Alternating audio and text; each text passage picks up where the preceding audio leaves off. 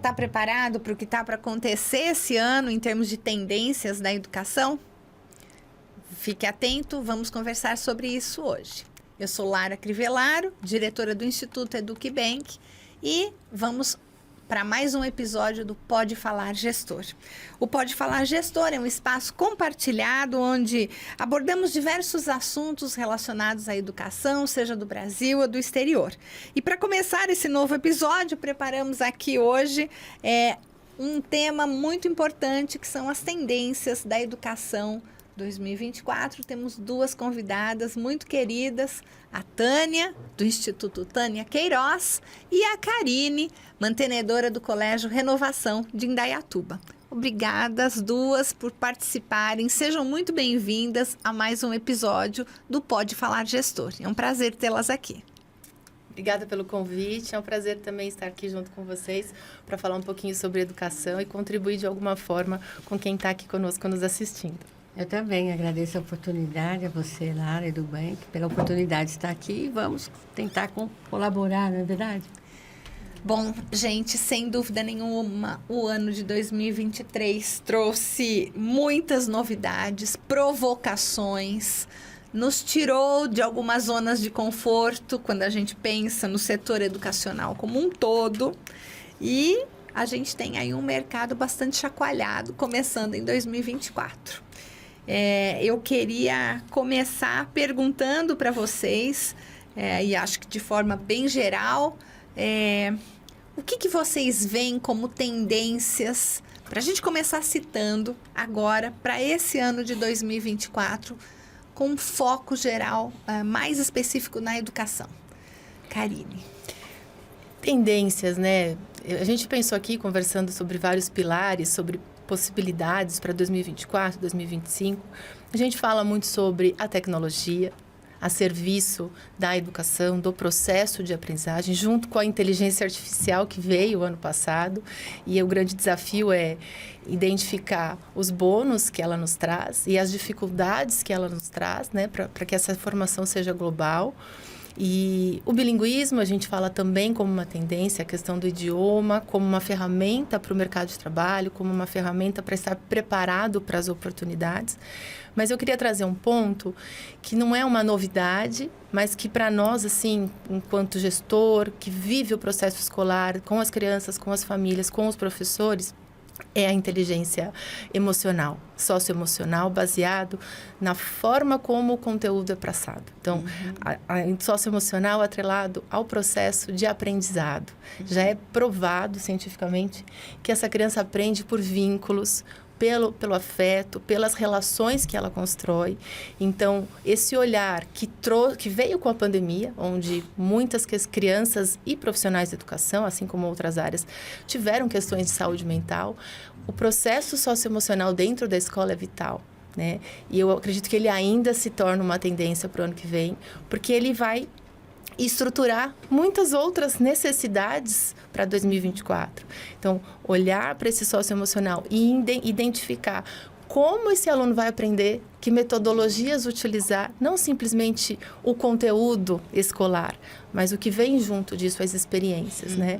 Então, essas três, na minha opinião, são pontos muito relevantes, onde todos os gestores têm que identificar, falar com o seu corpo docente, trazer para dentro da instituição isso, e olhar e discutir isso com as famílias. Tânia. São muitas as tendências, né? Dentre elas também gostaria de comentar a reformulação do ensino médio, que foi reformulado há pouco tempo e vai ser reformulado novamente, então nós vamos ter que aguardar aí as novidades com relação ao ensino médio. Uma outra tendência é a aprendizagem imersiva, né? Cativante, interativa aí da realidade virtual, da realidade aumentada. Apesar de ter altos custos, algumas escolas com alto ticket já estão implantando e estão tendo muito sucesso no engajamento dos alunos. E a microaprendizagem, né? A microaprendizagem também é uma tendência, né? O exemplo é o Duolingo, é o Waze. Então, tem muitas crianças e jovens aprendendo a oralidade do inglês, no caso, treinando essa oralidade através dessa microaprendizagem dessas plataformas. Então, seria extremamente interessante que as escolas que têm que trabalhar hoje a oralidade de acordo com a BNCC também enquadrasse, né, na sua proposta de ensino essas plataformas. E da mesma forma que as escolas pedem material didático, né, podem pedir plataformas, por exemplo. E aí seria uma forma de se garantir, de fato, né, nas escolas que não têm inglês todos os dias, porque o bilinguismo, né, como ela mesma citou, é uma necessidade para que a criança seja um cidadão global e não perca oportunidades de trabalho fantásticas. Quer dizer, o idioma é uma necessidade, não uma tendência, mas necessidade. Porém, essas plataformas é uma tendência, né? Então, seria interessante que as escolas integrassem, né, na sua proposta a microaprendizagem do idioma, no caso, né, esse exemplo. Mas a microaprendizagem ela vem como uma tendência do professor também garantir na sala de aula, né, assuntos relevantes em forma de pílulas, né, porque hoje a criança, nessa era de TikTok, né, não tem atenção plena, não é verdade? Então, hoje nós temos que customizar o ensino para as crianças. Essa também é uma tendência. Entender a linguagem desta geração, que é muito diferente da criança, do jovem que nós fomos um dia, né? E customizar esse ensino para essa geração de forma que haja mais engajamento. Porque uma coisa que eu vi muito ano passado nas escolas que eu dou consultoria, problemas de engajamento, problemas de interesse pelo aprender, questões de disciplina e o esgotamento do professor. E aí a outra tendência, que é cuidar desse professor, né? Cuidar do emocional, cuidar da saúde mental do professor. E para isso é preciso fornecer ferramentas, né, para que ele possa desenvolver um trabalho mais equilibrado e adequado a essa geração, sem tanto estresse. Sem dúvida, acho que vocês levantam temas extremamente polêmicos, necessários, atuais. E vai ser muito interessante a gente poder desmembrar alguns aqui. E acho que a gente podia começar com a tecnologia, que envolve alguns pontos aí que vocês mencionaram, né? A tecnologia, ela chegou esse ano de uma forma mais abrupta com a inteligência artificial. Rápido, né? Muito rápido. Muito rápido, né? O que a gente levou um susto quando ouviu que já era possível fazer, o que se podia fazer com a inteligência artificial, e de repente a gente já está aí num outro patamar, em questão de meses, desmembrando isso de forma muito rápida. E às vezes algumas pessoas nem se deram conta ainda do que isso significa e como usa, né? A escola sempre ensinou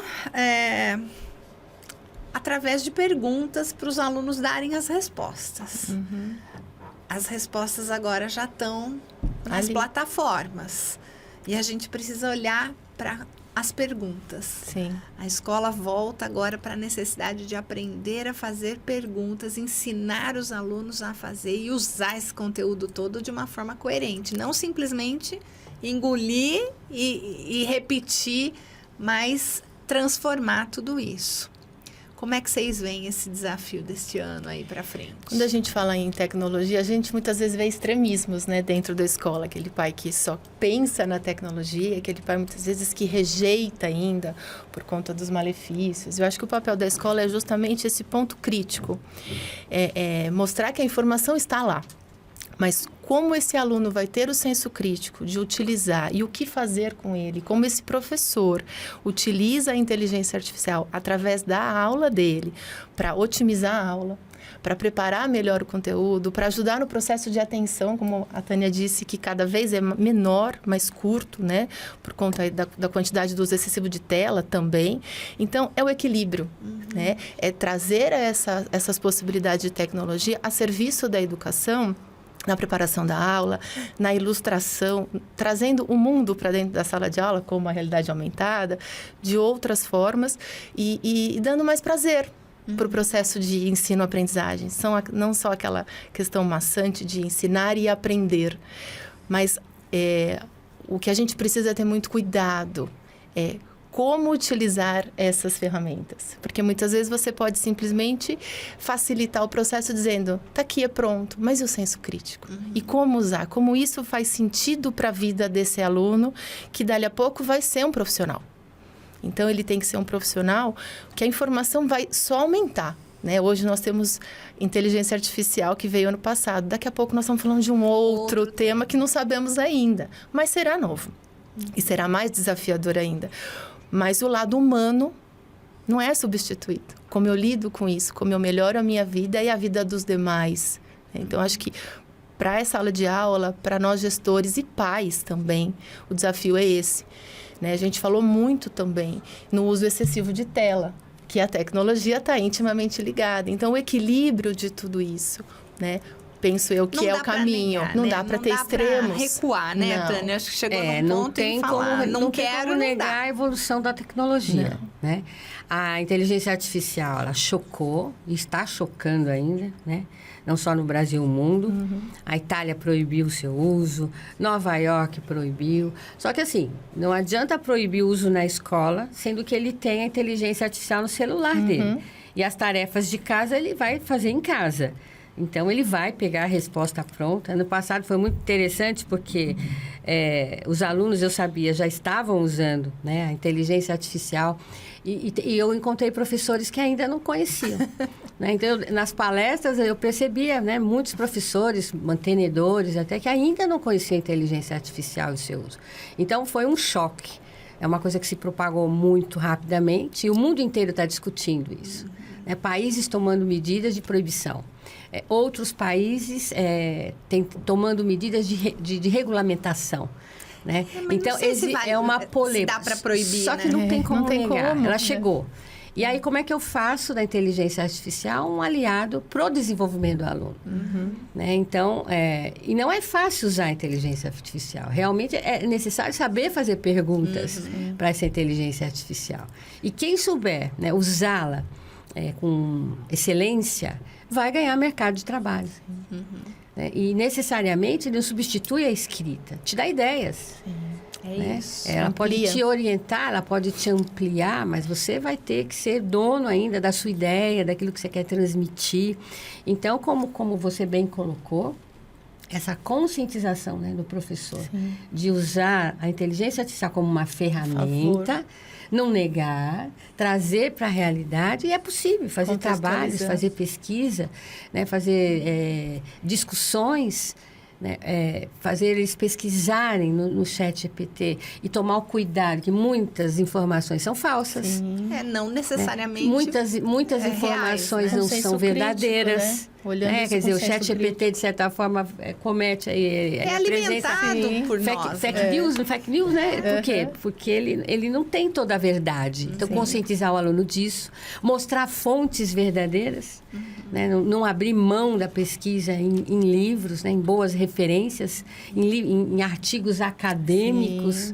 Então, tudo depende do professor. Eu posso trabalhar um tema com o meu aluno, onde ele busca as respostas no chat GPT, mas também em artigos acadêmicos, em livros, e depois ele contrapõe e chega à sua conclusão. Não é verdade? Então, vai depender muito da mentalidade, né, do mindset do professor. E hoje nós temos que ter esse mindset de crescimento. Uma mentalidade aberta para o novo. E nós normalmente negamos o novo. Né? Nós tememos o novo. O novo representa perigo. O chat GPT vai tirar meu emprego? Não, ele vai realmente substituir muitas atividades aí nos próximos anos. Mas também vai abrir muito o mercado. Né? Então, é quando inventaram a televisão. Acharam que a TV ia destruir completamente Famílias, o cinema, né? a família. E hoje a gente assiste o cinema na televisão, não é verdade? Quando chegou a escrita, enfim, quando chegaram todas as tecnologias, de uma certa forma, as pessoas temeram. Eu lembro também que teve uma época, quando chegou a calculadora, houve uma discussão, e agora as pessoas não vão mais calcular, não vão mais aprender a somar. No fim, a calculadora somou, né, ao aprendizado. Então, nós temos que ter a mentalidade aberta, entender essa inovação, aprender sobre ela, acho que estudar sobre ela, testá-la.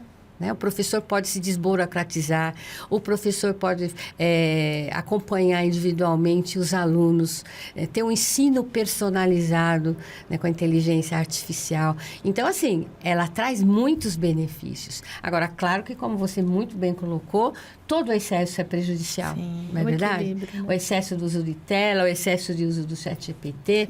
Então, há de se tomar cuidado. Sim. Né? E Bom senso. o novo, como a Tânia falou, realmente é um incerto. Mas o mundo está mudando muito rápido, as pessoas, e a escola tem que se adequar. A gente não pode ter uma escola quadradinha, com base só no que funcionou. Muitas coisas que funcionaram ainda funcionam, outras não mais. O aluno é outro, o professor é outro. Então, a gente precisa... E tudo em educação... A mudança não é a médio curto prazo, é a médio longo prazo, porque são culturas, é um processo. Mas se nós gestores não trouxermos temas novos, não inquietarmos o corpo docente, não trouxermos isso para o aluno, a gente fica para trás. E a escola se torna obsoleta, se torna chata para o aluno. Então, é um dever do gestor estar sempre procurando as inovações e as tendências. E eu acho que, né, mencionando aí o tema... professor, né? Eu acho que é um tema que a gente não pode deixar de abordar quando a gente fala em tendências, né? A questão socioemocional que envolve esse professor e que envolve os nossos alunos, envolve todos nós, Bem-estar. Né? O bem-estar, a formação continuada. A saúde mental. Saúde mental. Como é que a gente pode olhar para esse tema... professor? Acho que você já deu aí os principais pilares, né? Acho que é formação. A instituição trazer formação de qualidade para esse professor, seja a formação profissional, acadêmica, para metodologia ativa, para lidar com a tecnologia, mas seja também a formação humana, para esse profissional estar bem. Então, é o seu controle de qualidade de vida. Né? E qualidade de vida não é estar simplesmente num momento bem meditando. A gente sabe que a vida não é assim. A vida são altos e baixos, o estresse faz parte.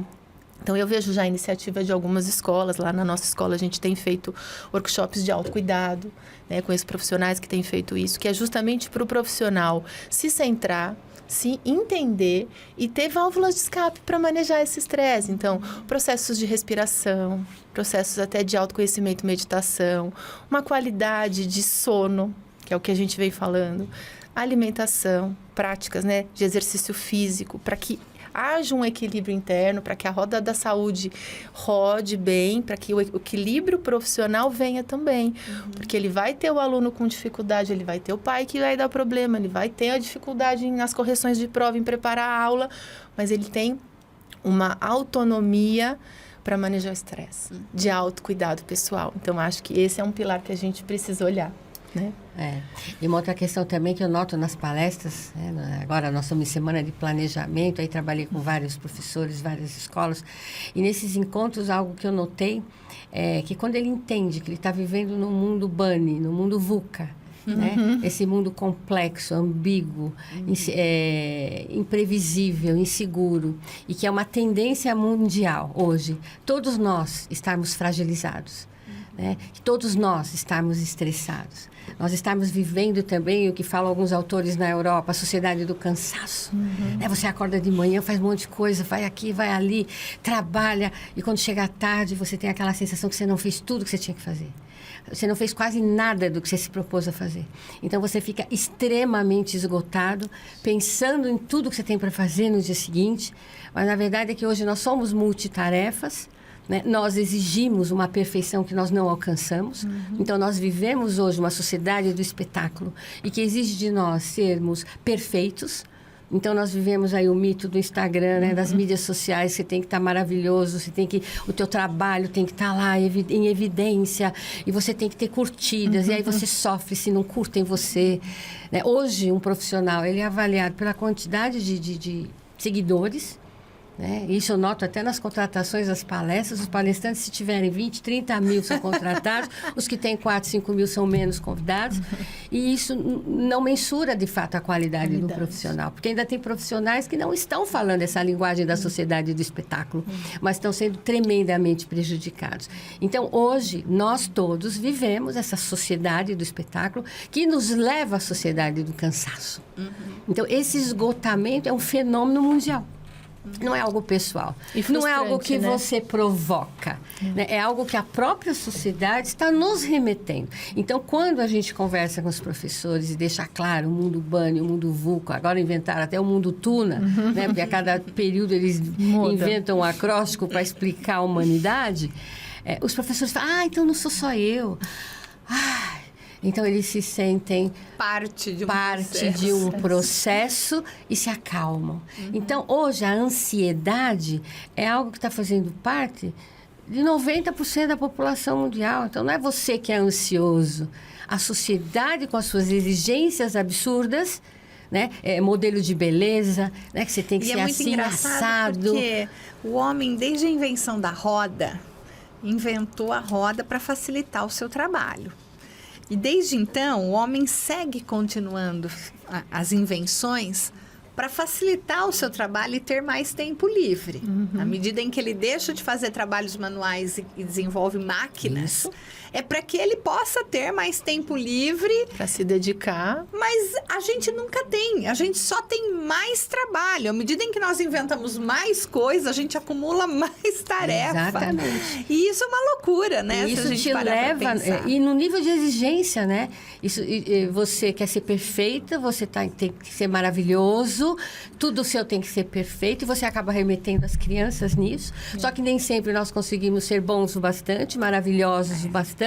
Então, a sociedade, em contrapartida, acaba colocando na sua alma uma sensação de inadequação, muitas vezes frustração e incompetência. E isso está atingindo as nossas crianças e jovens. E o mundo real e o mundo possível, né? Então, eu quero fazer milhões de tarefas no dia, mas eu não consigo fazer tudo bem feito, e aí isso eu me frustro. E aí eu me comparo com um mundo virtual, onde tudo é lindo, tudo é perfeito. Mas a gente sabe que isso não passa da página 2, porque todo mundo tem desafio. Só que a gente só posta o que é bonito, o que é atrativo, o que chama atenção, o que traz seguidores.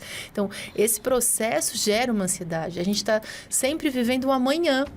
É por isso que, dentro do manejo do estresse, uma das atividades que a gente trabalha muito com a equipe é o viver o momento. É estar pleno naquele momento. Se eu estou dando essa aula, eu estou dando essa aula. Se eu parei e fiz uma pausa de 5 minutos para entrar numa outra atividade com outro aluno, porque eu saí de um 8º ano e agora eu estou indo para um 5º, eu vou fazer 5 minutos de pausa, uma respiração, tomar um café, lavar um rosto, que eu esteja presente naquele momento, porque é um momento meu. E é fácil falar, mas no dia a dia, quando você está fazendo um monte de outras atividades, é difícil. Então, é uma disciplina de você estar presente com você mesmo. Se eu parei 5 minutos para comer direito, que eu vou comer direito, que eu estou olhando a comida que eu estou comendo, que eu estou olhando para o aluno que está na minha frente. Então, esse é uma ferramenta super importante para baixar essa ansiedade, que, como você disse, é generalizada. E a gente leva isso para os alunos. Não, e conscientizar, né, a criança e o jovem, que ele não deve se comparar com o outro, e o adulto também. Né? Não se compara com outros profissionais, não se compara com... por quê? Porque você é único, você é singular, então seja você, não se compare, porque a vida não é, né, uma propaganda de margarina e tudo que está na internet, nas mídias sociais, necessariamente não é a realidade. Ali todo mundo se posta maravilhoso, mas a vida é feita de real e de ideal. Então, a gente vive hoje um processo constante de idealização. Mas nós temos que viver com a realidade. E a realidade é aceitar o que se é, o que se tem, o que se conquista. E olhar, né, para o si mesmo com mais calma, né? Calma, não se compara. Né? Com autocompaixão, com auto-amor, né? Eu falo para as pessoas que precisam ter um caso de amor consigo mesmo, esquecer um pouco as mídias, né? Porque as crianças estão adoecendo por conta disso. Existem estudos, né? Que as tecnologias aí, as mídias sociais, nesse processo de comparação, eles se sentem, né, E a mal gente consigo volta para o mesmo equilíbrio, né, e Tânia? adoece. A gente volta para o equilíbrio. A gente estava Claro. falando de tecnologia, o quanto ela é importante, mas você deixar uma criança o tempo inteiro mexendo na tecnologia sem mediação, sem acompanhamento, Interação com outros. ele também gera consequências para a saúde física e emocional. E sem falar no processo educativo, né, que Exato. absorve, às vezes, valores inadequados. Eu costumo brincar... Isso e não é dizer assim, negar, isso é mediar, é dosar. eu costumo brincar e falar, quem está educando as nossas crianças? Né? A família, a escola ou as mídias? Sim. Hoje são as mídias, exatamente por isso que você está falando. Infelizmente. Eles ficam o tempo todo na tela, absorvem valores na tela, quer dizer, vivem muita coisa que não é real. E eles vêm, por exemplo, com a violência, né? Que eles testemunham milhões de imagens de violência. Pega o ali. lado pior da Vem internet. para o convívio, traz essa violência e ninguém está olhando, dizendo, olha, peraí, essa violência que se vê lá, eu brinco e falo assim, olha, o pessoal de Hollywood ganha milhões de dólares para quebrar a porta, né, para dar tiro no outro, aquilo ali é tudo um teatro, e eles são bilionários com aquilo. Agora, você na sua vida, se trouxer essa violência para sua vida, você só vai trazer problemas. Consequência, né? Você vai ser excluído, né, você não vai ter amigos. A gente não resolve a vida com violência. Exatamente. Mas Isso, quem está não. discutindo com as crianças sobre a importância da paz, Sim. de uma educação para a paz? Sim, e isso estoura na escola. Não tem outra possibilidade. Por quê? Porque o processo de socialização, de eu colocar em prática os meus conhecimentos aprendidos pela família, é na escola. Que cada pai ensina para o seu filho e lá eles vão interagir. Então, essa visualização do excesso de violência ou das formas inadequadas que a parte ruim da tecnologia nos traz, a conta chega na instituição. E aí, mais uma vez, a gente traz o outro pilar, que é o socioemocional. É resgatar a cultura da paz, é resgatar a empatia pelo outro, é resgatar a compaixão. Eu vejo meu amigo sofrendo, o que é que eu faço com isso? Se ele não for ensinado como ele ser carinhoso, empático, ele não vai. E há um tempo a gente falava, a família ensina isso. Não ensina mais. A família deve ensinar, faz parte, mas a escola também deve ensinar. É na escola onde eles vão praticar tanto a violência, quanto atos bondosos, quanto atos solidários. Então, por isso que a gente falou, não é uma tendência, mas é uma necessidade. Falar de socioemocional hoje não é novidade, não é uma inovação para 24, mas é um pilar essencial para saber conviver, para poder aproveitar tudo que as tendências trazem de melhor para esse aluno. E mais, né? Eu acho que dentro disso que você está falando, nós vamos educar emocionalmente o aluno, o professor, Sim. mas eu tenho dito também, escola, As famílias. pratique com a família. As famílias. Né? Porque as famílias tiveram, como eu tive, como você, nós tivemos uma educação rarefeita. Né? Nós somos educados pelos nossos pais, que fizeram o seu melhor, mas muitos deles não tinham educação emocional. Tanto que eu lembro quando eu era pequena, nossa, meu pai é bravo, ele grita, ela é igualzinha, puxou o pai. Quer dizer, o pai não tinha educação, né? O filho puxou e todo mundo tem orgulho. Né? Ai, nossa, minha mãe era brava pra caramba. E, nossa, ela é igualzinha, filha do meio, puxou. A gente tinha mania de falar puxou, né? Puxou igualzinho. Claro, não tinha educação emocional, repetiu o modelo. Só que hoje nós estamos no século XXI, onde todo o conhecimento está à nossa disposição nas tecnologias, e aí é fazer da tecnologia um aliado. Quantos podcasts que existem, que nós precisamos criar cultura de ouvir podcast que fala da educação e da emoção. Então, o pai está indo para o trabalho, a mãe está indo para o trabalho, vai ouvindo aquilo. E a escola tem que fazer curadoria. Né? Existem os canais de comunicação, a escola pode muito bem escolher, né, vários podcasts e passar para os pais. E dizer assim, olha, escute esses podcasts que são maravilhosos, né? TED Talks, quantas palestras maravilhosas nós temos no mundo inteiro, nos Estados Unidos, no México, né? E da Europa. Passe essas palestras para os pais que falam da educação da emoção. Então, eu acho que a escola hoje tem uma tendência extremamente importante a de fazer a curadoria da família. Sim. Não adianta a escola ficar reclamando. O pai chega bravo, o pai está nervoso, o pai está irritado, o pai não tem educação. Não tem mesmo. Porque eu também não tenho, eu também não tinha. Eu li 200 livros para aprender a falar diferente com a minha filha. Um dia minha filha falou, te odeio do jeito que você fala. Filha de italiano, né? Italiano brava pra caramba. Eu copiei também os modelos. E aí eu falei, nossa, olha a minha filha. E eu queria ter uma relação maravilhosa com ela. Fui ler 200 livros. Mudei o jeito de falar, usei as técnicas do Gaiarsa, né? Que o Gaiarsa diz assim, ó, comece falando com o adolescente, elogiando. Você é maravilhosa. Com todos, né? Vai fazer um atendimento com um pai, coloca os pontos positivos da criança, né? Porque a gente tem a tendência, de muitas vezes, de olhar o negativo. Então, quando você fala da curadoria, de trazer a família para dentro da escola, gente, senão a gente não caminha. A família em parceria, tem família de todos os tipos, tem escola para todos os tipos de família, mas essa relação, volto a dizer, não é novidade, não é uma mega tendência, mas é uma oportunidade essencial para a gente dentro do mercado de educação. Eu indico até a técnica do Gaiarsa, que ele diz, comece elogiando, né? Que é o livro, até para quem se interessar, minha querida mamãe, né? Me ajudou muito. E ele diz, olha, comece elogiando, fala do problema, fala do seu sentimento, pede ajuda, porque todo mundo quer ir para o céu, que tem medo do inferno. Né? Então, me ajuda, quer dizer, você é maravilhosa, quando você deixa o tênis jogado, eu fico triste, me ajuda, né? Porque você é maravilhosa, obrigada. Pronto. E eu testei isso, nossa, mudei a relação. Né? E tenho hoje uma relação maravilhosa com a minha filha. Mas eu precisei educar a minha emoção, a minha forma de expressar. E nós temos que fazer isso. O professor precisa fazer isso. E nós, escola, temos que educar os pais. Essa é uma realidade. E a relação hoje das famílias, ela às vezes ela é muito, às vezes não, ela é muito menor em tempo do que era anos atrás, né? Então o aluno está muito mais dentro da escola do que com a família, mas a gente ainda precisa da família para poder manter os valores consolidados, né? A família tem que ser parceira e a gente falar a mesma língua. Porque a criança está no meio, né, Lara? Não adianta um puxa para um lado, outro para o outro. A gente tem que seguir. E quando esse aluno, essa criança vê que família e escola tem valores próximos, estão coligados, ele se sente seguro. Ele fala, é esse o rumo. E vai. E não tem fórmula mágica, mas essa proximidade e os valores realmente relacionados, né? Agora, eu queria voltar para um outro tema aí que vocês mencionaram no início, para a gente poder pontuar aí essas tendências que são as metodologias ativas, né? Vamos falar um pouquinho sobre isso? Acho que a Tânia podia começar dessa vez. Primeira coisa legal é deixar claro assim, quando a gente fala em inovação, vem metodologias ativas. E muita gente acha que inovação é colocar o computador na sala de aula, né? E ter internet. Não, vai além disso.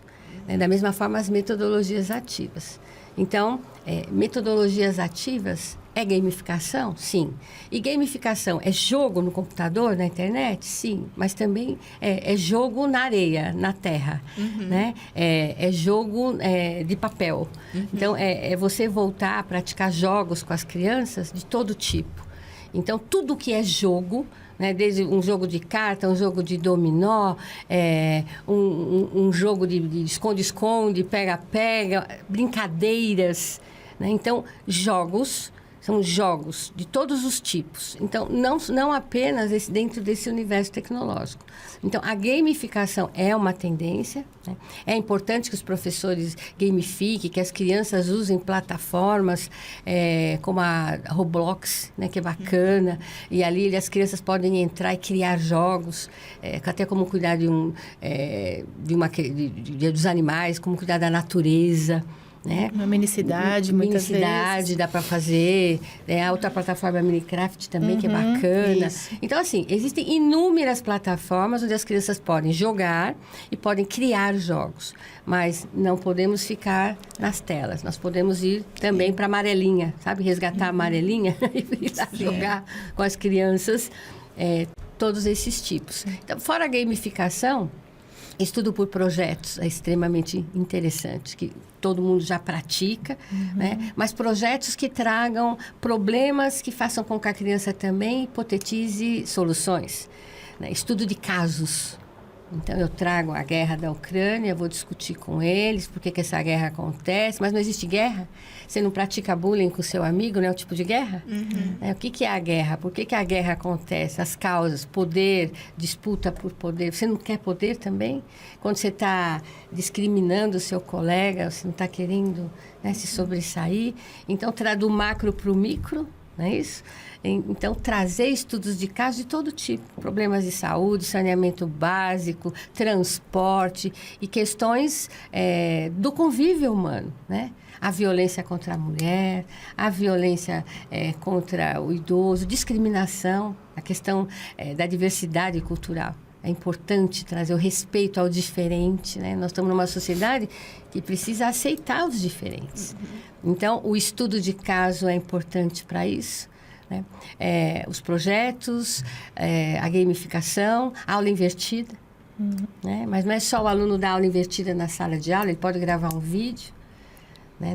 e gravar um tema, ele pode fazer um mapa mental de um conteúdo e gravar esse vídeo. Ou seja, vários transformar a aula em aula mais dinâmica. Exatamente.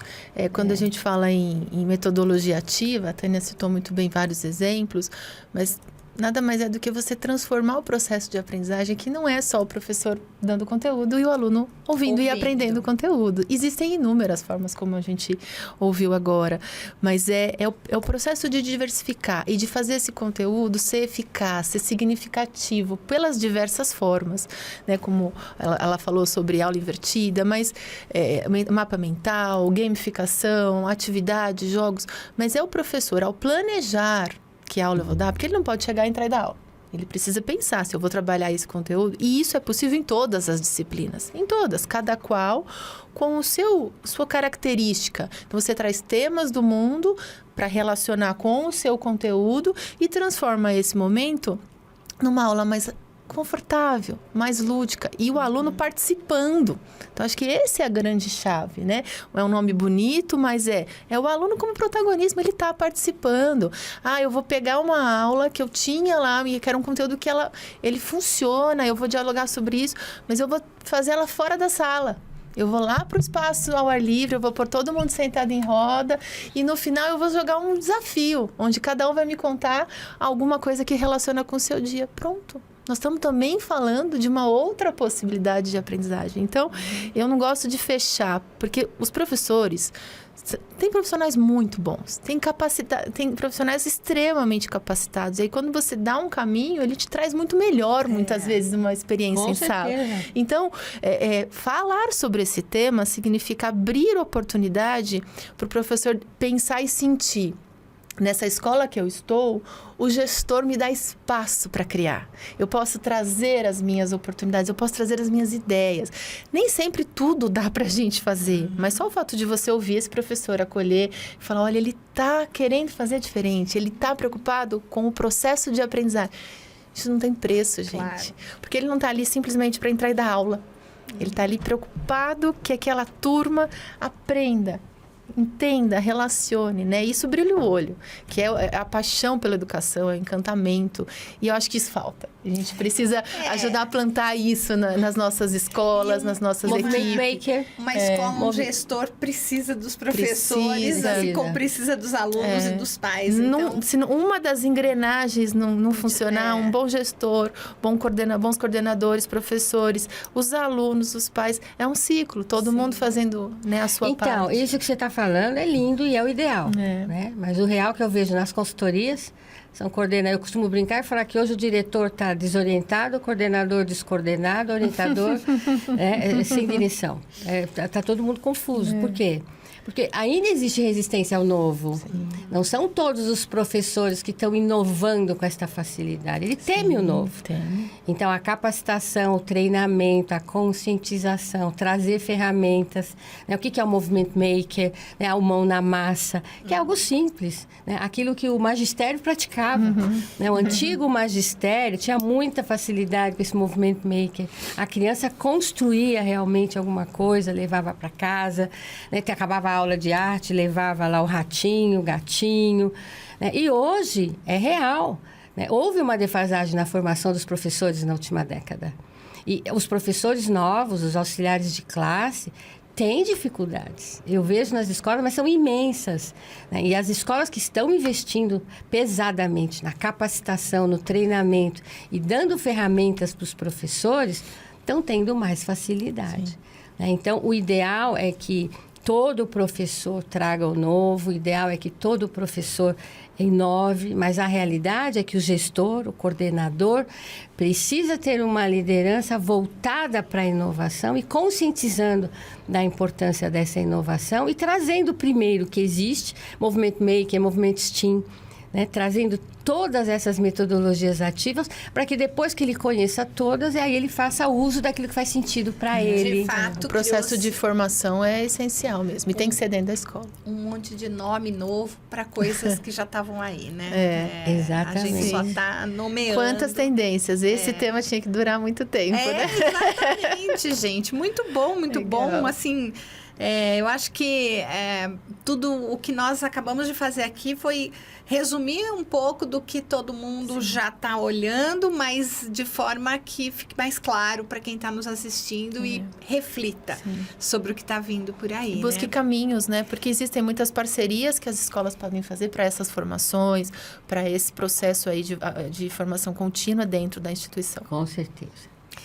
E, gente, eu queria... Infelizmente, a gente vai ter que encerrar por aqui, mas eu queria que vocês dessem aí uma última mensagem para quem está nos ouvindo ou nos assistindo sobre o que esperar do ano de 2024 em termos de educação.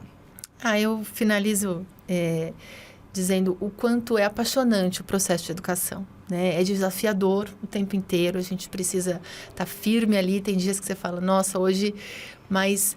é essencial. A educação é a base para tudo na sociedade. Uma família bem educada, uma criança bem educada, independente de classe social, independente de escola, de ticket, a educação é a base.